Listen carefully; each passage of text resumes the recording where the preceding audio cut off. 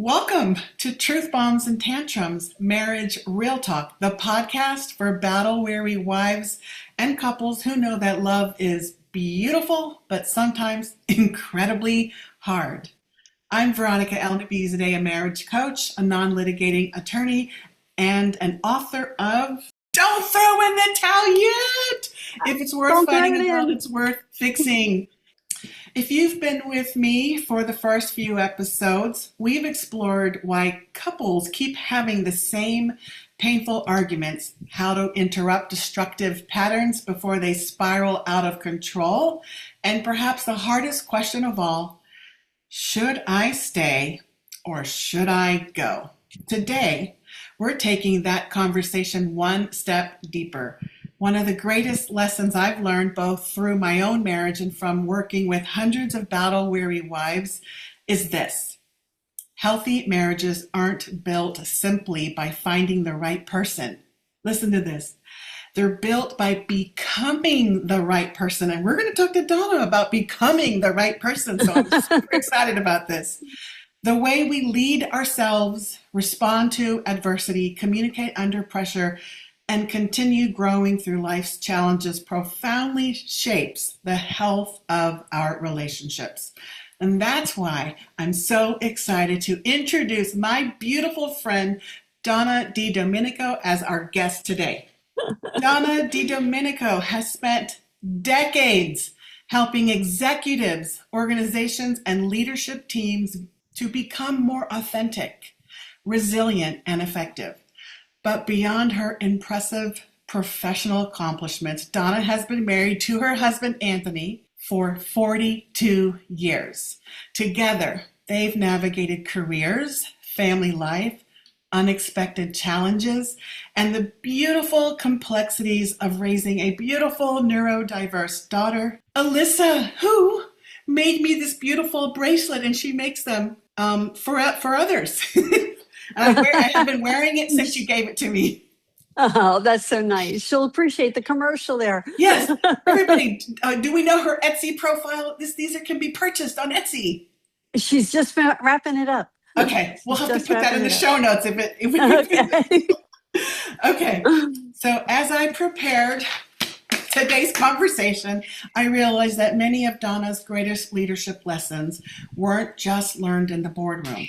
They were learned around the kitchen table through difficult conversations, unexpected adversity, and the daily decision to love, to grow, and to keep showing up for the people who mattered most. Today, we're talking about leadership, marriage, adversity, self-awareness, and the spiritual journey of becoming the person your relationship needs you to be. Donna, welcome to Truth Bombs and Tantrums. It's so lovely to have you here. Thank you so much. It's so nice to be here with you today. I've been so excited that we were going to get to sit and talk for a while. It's great. It's great. And to switch roles, because you were host for the first 4 episodes and now you get to be the guest. That's right. That's right. I get to answer the questions now. And you were so good at being a host. So thank you so much for doing that for me. Okay. Thank you. We are going to go right to it. Donna, before we talk about leadership, let's talk about your marriage to Anthony. You and your husband have been married 42 years, and that's quite an accomplishment. So looking back over those 4 decades, what's the biggest truth you've learned about building a marriage that lasts? Well, there's so many things that you learn because to this day, we're still learning, right? Everything just keeps on changing and you keep growing and changing. So I think it is that about change. And that is that change is going to happen. It's no matter what we do. And the more that you can stay on top of change by communicating and talking about it with each other, I think the stronger it makes you. Because everything is always just going to be changing. That's right. The more we can embrace it and welcome it, it's wonderful that you came from that place of don't fight the change, just be and flow with it. Yeah, and I think there's one more point too about the change, Veronica, and that is that it's transformation, right? Because change is going to happen, but it's how we transform through and with the change that's really important. And so, it's things like dialogue, but sometimes it's not dialogue. Sometimes it's totally different. Hmm. And so it's just really, sometimes it's acceptance. And, you just really have to be ready to embrace the change and then embrace the transformation. I love that. Our listeners know you as my guest today, but I'd love for them to know more about the incredible work you've done. So tell us about your leadership journey. What kinds of organizations have you worked with? What leadership roles you have held? And what inspired you to dedicate your career to developing leaders? I am a person. Well, I'm going to kind of give you the big picture of me. Is that when I went to college, I didn't know what I was going to go for. So my mom kind of said to me, "Hey, your brother's going to be a teacher. Why don't you be a teacher too?" And I was like, "Hey, cool. That sounds like a good idea. I'll go do that." And it turned out, I went to teaching, but I always had this desire to be in business. And the young me and the old me are very, very different people. The young me, the business that I wanted to be in happened to be more placed in New York City roles.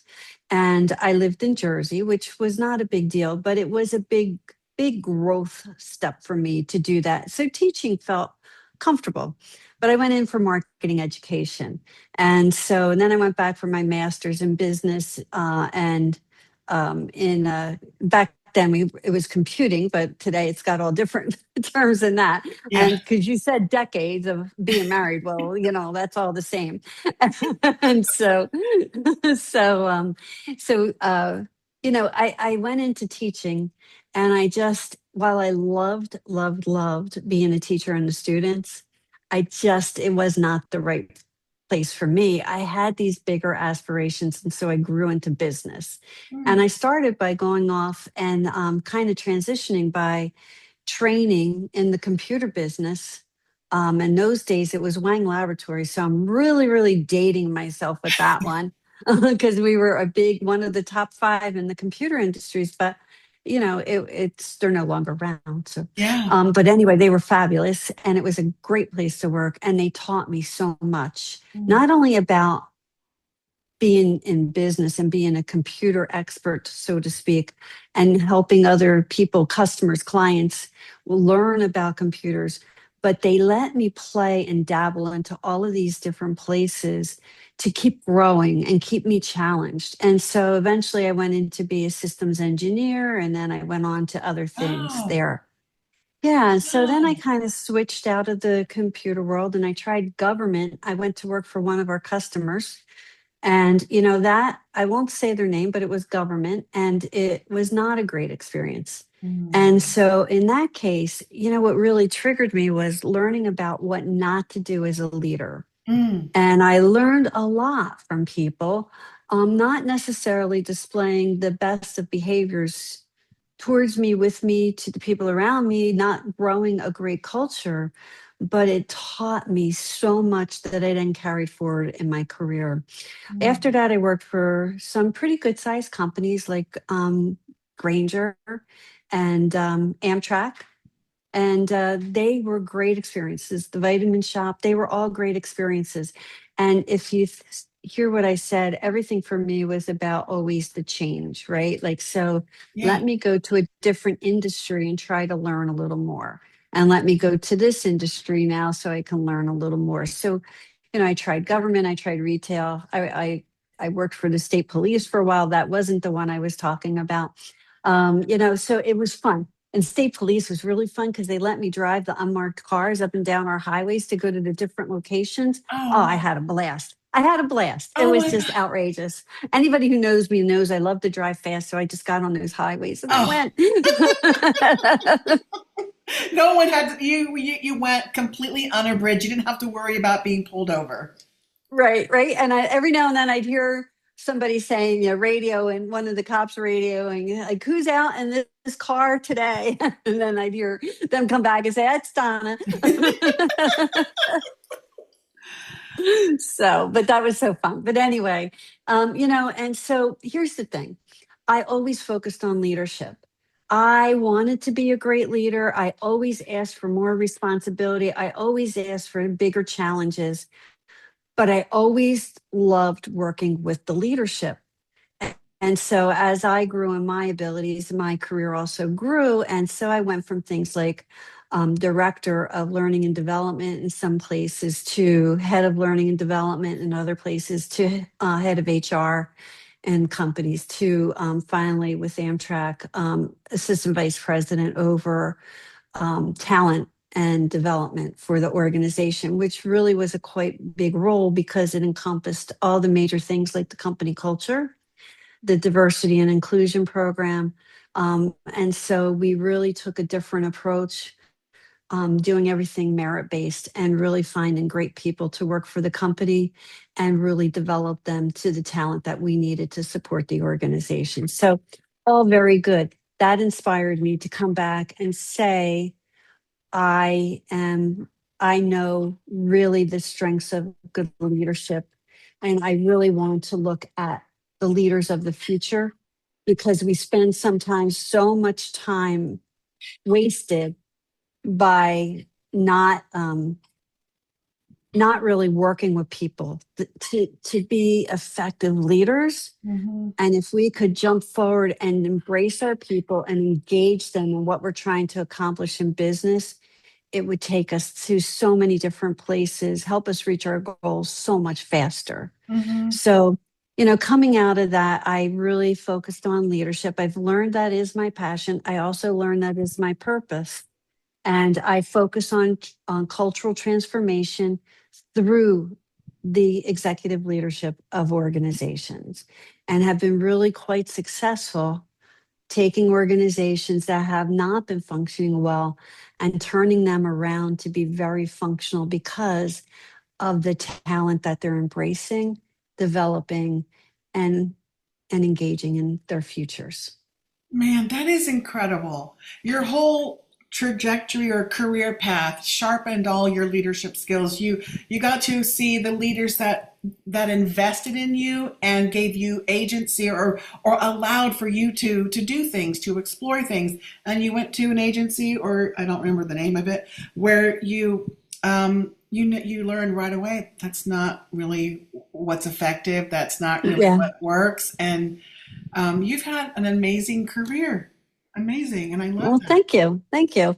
I felt like it was amazing. There were things though, Veronica, in leadership, and this is why I'm so driven towards it, is that there were a lot of the issues that existed with leadership when I started my career are some of the same issues, just a little bit different Mm-hmm. now that I've grown out of my career of actually working in corporations as, a key role. And now I work outside of them, right? But it's been, we've not really embraced The what change. true strength of leadership is for the type of people that are coming into workforces today, that are in workforces today, and how to really drive help create a culture that breathes with the employees and allows them to just grow and learn. A lot like the experiences I talked about at Wang Laboratories. They knew with me to keep me there and keep me engaged. They had to let me grow, and they did. And it was just fabulous all the time.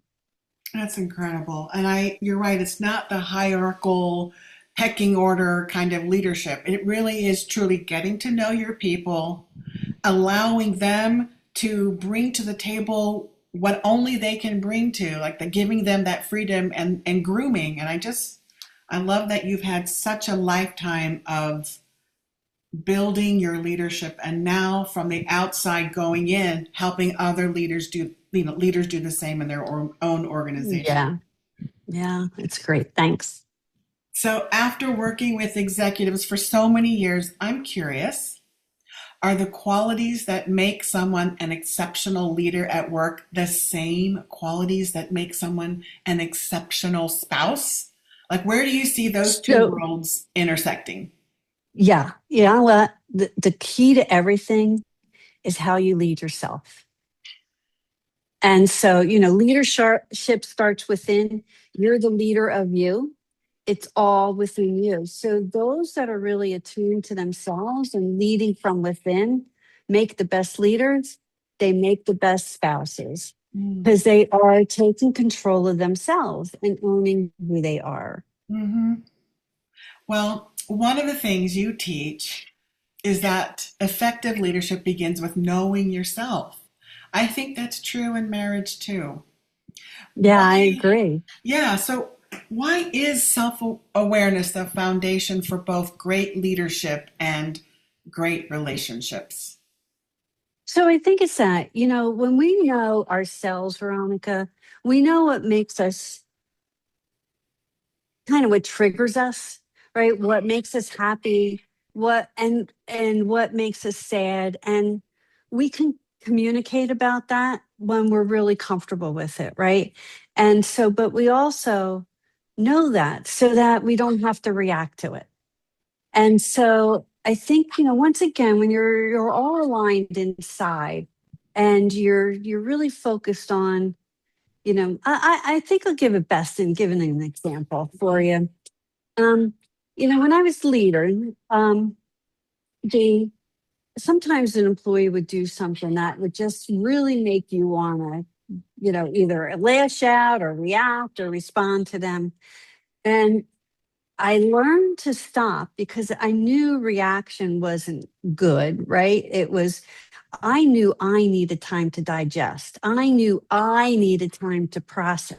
Mm-hmm. And that if I reacted, they were getting a me that wasn't fair. Like it was a me response that wouldn't really be the me that walked away and thought about it. Mm-hmm. And I would come back and approach it totally different after I had the time to breathe around it, right? And just be with it. Mm-hmm. And so I think that's really true in a marriage too. But by being so aligned, those things about yourself. You know that certain things are going to spark you to do something, and somebody can say something, and there's things that we've developed throughout life that we carry with us that causes us to react to different things. And so for us, it's if we know what they are, we can control ourselves in how we deal with them. It's true. We're not surprised. We don't go into fight, flight, or freeze. I love that you naturally, and you said this last time when you were guest interview hosting me. Hmm. You said I didn't realize I was doing the stop, drop, and roll. You didn't. Right. Yeah, you were stopping. Dropping Hmm. out of the battle zone where there was reaction meets reaction. You were metabolizing or digesting what just happened and connecting in with your inner, your innate wisdom, your knowingness, and coming from that wise place, addressing. I love that. I love that. Yeah. I used to say, I bit my tongue, right? And Yeah. I did. That's your stop, right? That's the Yes. stop for you. You Mhm. bite your tongue, you don't react, you don't respond. And then I realized that when I was at work, something was bothering me. I would go somewhere else, whether it was a different floor where there was a space where I could just sit and Mhm. kind of just, okay, let me think about this, let me work with this kind of thing and be by myself. Sometimes I wrote, sometimes I tried to just address things. And so I realized that that was important for me, and that's your drop, right? Mhm. Mhm. And then to roll with it. And so I would come back from that space of alignment for Mhm. me, Mhm. and come back stronger and able to approach everything differently and to be Mhm. able to step into it again Mhm. with a different perspective, a different attitude, a different way of being. And that was all through, again, just getting aligned and getting back in touch with myself. I love that. So that alignment, it really follows, self-love and self-care brings you into alignment. That alignment that you then share helps you're being self-led in that moment, and then you can lead and be a good leader. So I love that you say it starts with you, even Yeah, especially as a leader. yeah, Um, definitely. As a leader, too. Mm. One part of your story that has always inspired me is your journey raising your neurodiverse daughter. Every marriage eventually encounters challenges we never expected. How Hmm. did that experience shape both your marriage and how did it shape you as a leader? Oh, wow. So, so everything started with my daughter when she was not quite 3 years old. And, I remember to this day the words that this person used with me describing something that was going on with her, and kind of just bluntly told me with a million people around me that, oh, every now and then something just goes awry with their brain and we don't know why. And I was like, what the heck does that mean? And it wasn't a professional. It was a professional, but in a test giving environment, right? But not where you could sit and talk to a doctor and the doctor would come back and, be able to give you some more depth on that. And I remember like being at first devastated by the words. And then, my husband and I were talking about it, and he said to me, it doesn't bother me because look at her. She's perfectly fine. Mm. And I was like, he's 100% right. She is perfectly fine. And she's so perfect in so many ways. And, we start to hold everyone to this high standard of perfection where no one is perfect. And so that became the foundation of how I dealt with her, and we dealt with her going forward, in that sometimes she didn't perform like other kids did, but there was always this special side of her. She's so special in so many ways that many other people aren't. So as time went on and progressed, we had a lot of issues with Liz, and she had a lot of physical issues, several surgeries. We almost lost her one, two, three times. Oh, And yeah, and so when you go through those things, we used to say we would go in. She had these surgeries, and we would go into the waiting area. We would be the first ones in and the last ones out all oh, the time, right? That one surgery was supposed to be really quick and easy, no more than a couple hours. And 12 hours later, my husband and I were sitting on the floor of the waiting room because they were cleaning it. And so, like we had to move. And so, it was just that type of experience. And those things can really break you apart or they can bring you together. right. And in the case of this, we knew we needed to be together because she needed our strength. Yeah. But man, what we learned is she was an amazing human being in that she had strength neither of us had, Wow. because she fought through these situations and showed this whole side of her that many grown people could not do what she was doing as a 17-year-old or an 18-year-old. So it was those types of experiences that brought us together because we needed to be together. We needed to be like, we needed each other. We needed the support of each other. And that doesn't mean we agreed 100% on anything, because we did not. We did not. But we needed to be aligned together to make sure that things happen. And so just a little snapshot of the spectrum for Alyssa is, when she was 29, we found out she was on the spectrum. All of the years before that, we did not know. And so when she was growing up, we were dealing with a lot of questions around what was wrong with her. And back then they called them learning disabilities, Mm. and so there were things like perceptually impaired thrown out, and there was things like communication handicap thrown out. But nobody ever really sat and explained it because nobody really knew what that meant. Yeah, we didn't know. Right. And so, we would go through school and all the difficulties, not just with the learning process, but with dealing with friends and making friends and keeping friends and all of those things. People treated her differently because sometimes she was isolated from the main group. And so I became her advocate, and will always be her advocate. And my husband kind of was the um, person in the that was, he let it all happen, I guess is the best way to say it. Allowed He, it. Uh-huh.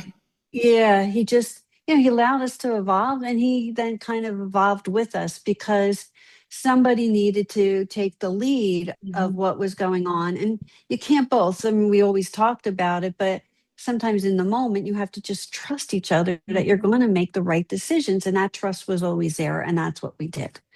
Um, and so, again, we found out at 29, it was on the spectrum. In the olden days, it would have been called Asperger's.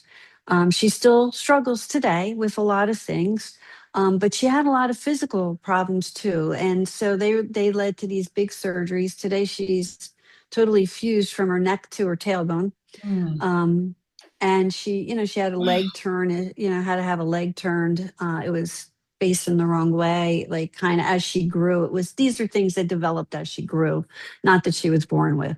And, and then she had another back surgery, and that time she developed bacterial pneumonia. And so that became another long process. So, long story short, is that those things, there were a lot of arguments over those times, and there was a lot of togetherness over those times. One of her surgeries happened to be, this was the one that was supposed to be quick and easy in and out. She ended up having chest tubes in both lungs.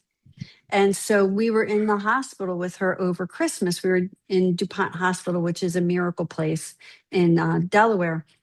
And we were there over Christmas, and we were playing games on the commode in the room at night. And Santa Claus came, and she was, I don't know, not 18 yet, because she couldn't go yet. I think it was after 21 she couldn't go, so she must have been 18. And she's big, right? Like, and so, but she's still a kid in their eyes. And so it was probably one of the best Christmases we ever had, because we were all together. We played games, we had fun that day. And it was, we really truly spent Christmas together, and laughing and talking, and, just enjoying each other, which, if we had been home, we would have had 30 people around us. So it was just different experiences, and appreciating what each of those experiences brought out to the good. Yeah, it seems like that. It feels like the trust was so important that Anthony trusted your ability to advocate and then followed. And that takes a lot of vulnerability, trust. That says a lot about Anthony. And then just that you guys made it work, like you flowed with it. We're here on Christmas. We're going to play. We're going to enjoy this. It's just absolutely beautiful. Yeah. One of the things I see all the time is couples who begin fighting each other instead of facing the problem together, which it seems like, yes, you said there was a lot of arguments, but it feels like the trust was there, and the space was given, and you guys grew. But what helped you and Anthony stay on that same page during the most difficult times?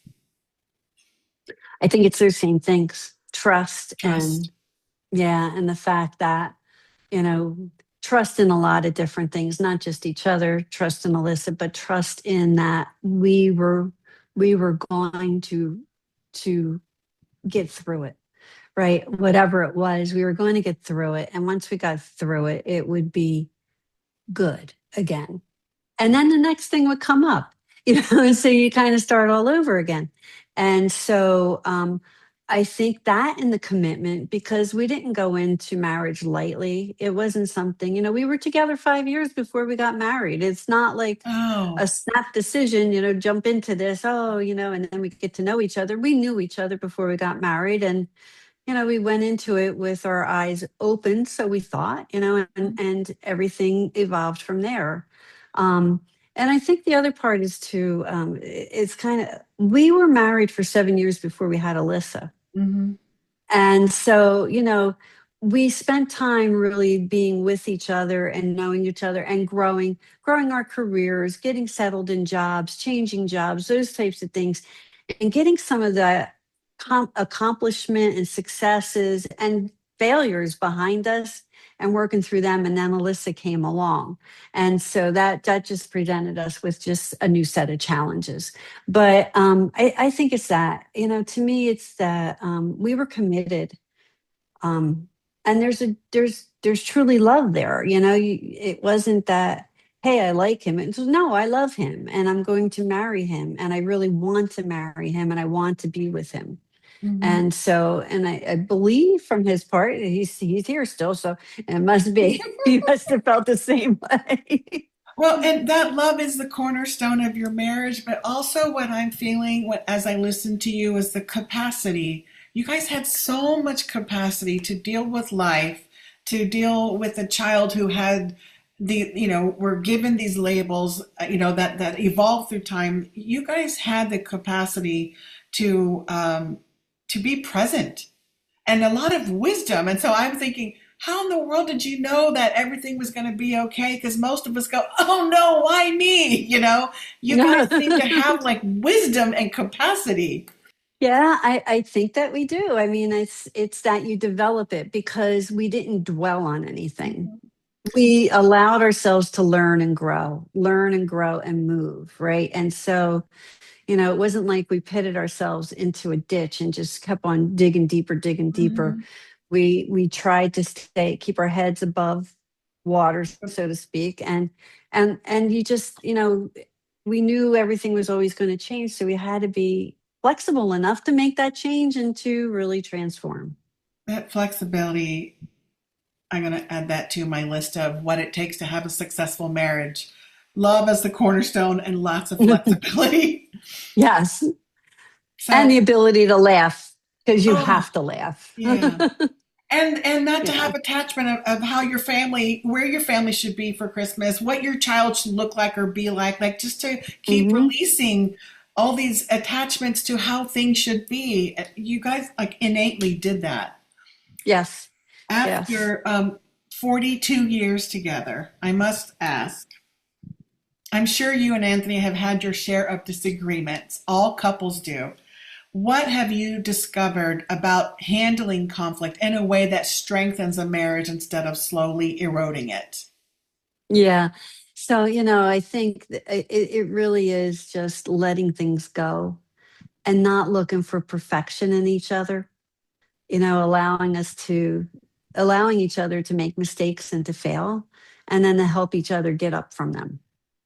Oh man, that seems like such teamwork. And I and It is teamwork. It is. And there's times where teamwork is really tough, but I'll go back to stop, drop, and roll, Veronica. I mean, if you can do that, remove yourself from the situation while the anger is brewing in you, while you want to say so many dreadful things. And it's not that I've never said anything dreadful, because I have, but but to be able to say, okay, said it in the heat of a moment, say I'm sorry, for saying that. And that's a tough one for me sometimes, because I want to be right. Damn it, I want to be right. me too. Yes, that's a big one. Uh-huh. And and to allow, for him to allow me to be wrong is a big deal too, because I have to be right. And So, it's those types of things, but it becomes this strengthened partnership every step of the way you go. If you're in it to win it, I'll say. mhm, those things work. In it to win it. I love that you never said we blamed each other when we were wrong. We blamed each other for when things went wrong. And it's like you both championed each other. And I think that is so important to know when your spouse can champion you even through the hard times. Hmm. Your work goes beyond leadership skills. It embraces the spiritual journey of becoming who we're meant to be. How has your own spiritual journey helped you become a better leader, a better wife, and ultimately, I should add there, a better mother, and ultimately a better version of yourself? Yeah. So my spiritual journey let me really embrace myself. So, working as an executive for all these years, um, you do a lot of things for other people and you give yourself a lot, right? And so, even with having a child who has different needs, my husband and I both worked demanding jobs, and um, as we work through them, you focus on what everybody else needs from you. And what was really important for me was to come back to me, Mhm. because I was kind of letting myself just wander in different directions based on what other people needed from me. Mhm. And I hit a point where I was like, you know what? I have a purpose in life too. And I really need to start focusing on fulfilling that purpose. I chose it when I came into this world, and I really want to work on it. And for me, that is, the leadership, the executive leadership and the future of it and where it goes and transforming it. And so in my spiritual journey, I developed a lot of talents that I had, but wasn't fully aware of that I had. And those talents have taken me to different places. They've given me insight and intuitive knowledge that I've not had before. And so that in my spiritual growth has really strengthened me. Mhm. And it's allowed me to start saying no. Now that I'm like at this point in my life, I actually say no to people, or no, I have a commitment at that time. So is there another time, or is there something else that we can do to change that? Where in the past I would have just been, oh, okay, I'll change my plans. Oh, okay, I won't do that. Okay, I'll give that up, kind of thing. And so spiritually, it's strengthening me around me and has given me much more bond with myself. I love that. And that bond and that ability to say no feels like leadership. It feels like Yeah. it just feels like it made it okay for you to be you and take the time that you need to do you and be you. And Hmm. that's beautiful. Many women listening today are battle weary. They're exhausted. Some are wondering whether their marriage can survive. So, after 42 years of marriage and everything you've experienced as a wife, mother, and executive leader, and a spiritual woman, what would you want to say directly to these women today? To get in touch with themselves, and it's really all about them, right? And so yes, you're battle weary, but look inside of yourself and see what role you're playing in being battle weary. And is there anything that you can change in you? Because we all believe we can change others, but we can't. We can only change ourselves. And there's decisions we have to make as part of that change. And that change, that are things like, are we willing to accept this? There's a phrase out there, you become what you accept. So if you can accept it and that's what you want to be, then that's your choice. That's great. That's you. But if that's not what you want to be and it's not your choice, then it's not you. And that's probably a decision that's deeper that you need to make, because ultimately we are all supposed to be happy, and Mhm. we are all supposed to be enjoying life, have joy in our life. And so, what I really say to you is find that joy, find that happiness, make your choices for you, and not for anyone else. That's deep.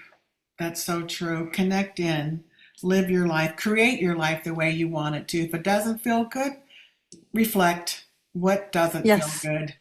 I love that. Yeah. And can you change it? And if it's about another person, accept you cannot change that. You can talk about it, but they have to be in touch enough with themselves to actually change what they're doing. And if Uh-huh. they're not, chances are it won't happen. If you can make it, through them identifying with themselves, that's a whole different story. Hmm. I love that. I have two more questions. One of my Okay. last question is going to be, what's your biggest? I do a truth bomb series Uh-huh. on a weekly basis, and so I want to hear what your truth bomb would be for battle weary wives who are standing at that crossroads of should I stay or should I go? What your best truth bomb would be, message for them. But here's my second to the last question. If you could sit down with the young woman who was about to marry Anthony 42 years ago, what's the one piece of advice you'd give her? Stop sweating the small stuff. That's so apropos for so many things, for everything. Uh-huh. Those family arguments, forget about them. They don't really matter. Start focusing on people's intentions rather than what they're doing. Um, and so, There's a lot of arguments that I had early on about whose mother said what or whose mother didn't say what, that kind of stuff, that stupid stuff, or, just little things, don't put that there. Why don't you clean up that? Don't sweat the small stuff. Is it going to hurt anything? No. Okay. Go with, go with enjoyment first. Yeah, follow the joy. Not Mm-hmm. not blindly, like I know that's not what you're saying, but put your focus on what really matters. Yeah, the positive focus for me is everything. And it doesn't mean I'm Miss Sunshine and every day is, I wake up and go, oh, look at the butterflies. No, that doesn't happen. And especially in my life, it's busy, it's crazy, it's, upside down a lot of the time. But there's something good in everything, and that's what I look for. And for me, it is about being positive, because negativity drives more negative behaviors. Positive positivity drives more positive behaviors. So focus on the positive. I love that. And my one of my mentors, Marcy Shimoff, said, "What you appreciate appreciates." So go with the positive. Focus on what you love, and you get more of it. All right, Donna, ready for your truth bomb I'm question? here. I'm here. I'm here. I'm here. There's a lady. She's standing at that crossroads. She's battle weary, exhausted from all the fighting or all the being in that emotional desert, carrying the weight of her marriage. And she's like, is there anything here worth saving, or is it time for me to go? And all those questions she's asking that she doesn't have the crystal ball for. What do you tell her? It's all you. It's all you. It's up to you, right? It's all you. It's all about you. It's your choice. And so get in touch with yourself. Know what is most important to you. Know what drives you. Know if it's going to make you happy, if it's going to make you sad, you know, and it's all you. That is all she wrote. That is all you, baby. I love that. That really is. It's really know yourself and know that you are the creator of your own creation. I did not say that. Some spiritual wise woman said that. You are the creator of your own creation, and it's Mm-hmm. you. It starts with you, and it's you. So Yes. get yourself out of that, that state of limbo, and that should I stay or should I go, and find your truth in the name of love. I love that, Donna. Thank you so much. Thank you. Well, this has been so fun. I want to thank you for sharing your wisdom with us today. But before we wrap up, please tell everyone about your amazing book, Be the Difference Now. Okay. So be the difference now. Okay, Veronica, she'll tell me to hold it. So here it is. Be the difference now. Is for executive leaders, and it's about leading into the future. It talks about it gives you the You talk about it in behaviors. your book. Yeah. It's about the behaviors that are necessary to create this culture where people and leaders thrive. And it's about growing people, developing people. It's about your middle managers and how important they are to the organization. It is a great guide for any leader to really just kind of ping you on, seeing yourself as you walk through the book. And it's an easy read, by the way, but seeing yourself and saying, oh, I do that. When I do that, it's causing this to happen. And this is not, here's why this isn't so good. And so, it's your guide to being a great leader in the future. Mm, that's beautiful. And where could we find how to connect with you, and where to buy your book? And if we want to get in contact with you, do you have any social media or website? Yes. So my website is bethedifference.global. And it has all types of contacts me on there. So it also has a lot of good information for executives out there, articles. It has a free document that you can download that's on the 12 laws of leadership. which Ooh. I personally believe is the whole foundation for leadership. It's based on, things that when you think about them, they're really basic, but for leaders, they're really critical. And so you can contact me through the website. You can also contact me through my email, Donna at BeTheDifference.global. The book is available online. It's available on Amazon, all of your um, bookstores that And are out there. and it's also And on Audible, or yes, you have an it's audiobook.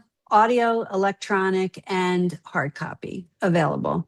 I love that you put the 12 leaderships, the 12 laws of Laws. leadership on your website for us, and that you have articles for leaders to listen to, read, and open their perspective to this wisdom that you share. Thank you. Thank you, Donna. So if today's conversation starts something in your heart, I want you to know this. You don't have to figure it all out today like Donna. Donna just rolled with it. All the adversity and all the career changes and all the things that she and Anthony dealt with, she rolled with it. She stayed present. They supported each other. You don't have to figure everything out today, and you don't have to figure it out alone. So whether you're fighting for your marriage, searching for clarity, or simply trying to become the healthiest version of yourself, there is hope and there is help. That's one thing I never really, for the longest time, didn't avail myself to help. So help is always around you. So visit marriagerelationshiprestart.com for more resources, coaching, and my free guide to, oh, should I stay, should I go? It's on there for you to download for free. And I'm Veronica L. Nabizadeh, and it was my pleasure to be with Donna today and to invite you into this conversation. I'm the author of Don't Throw in the Towel Yet. If it's worth fighting about, it's worth fixing. And until the next time, don't fake fine. Don't go quiet. Donna never did. And for the love of all that's sacred, don't throw in the towel yet, because if it's worth fighting about, it's worth fixing.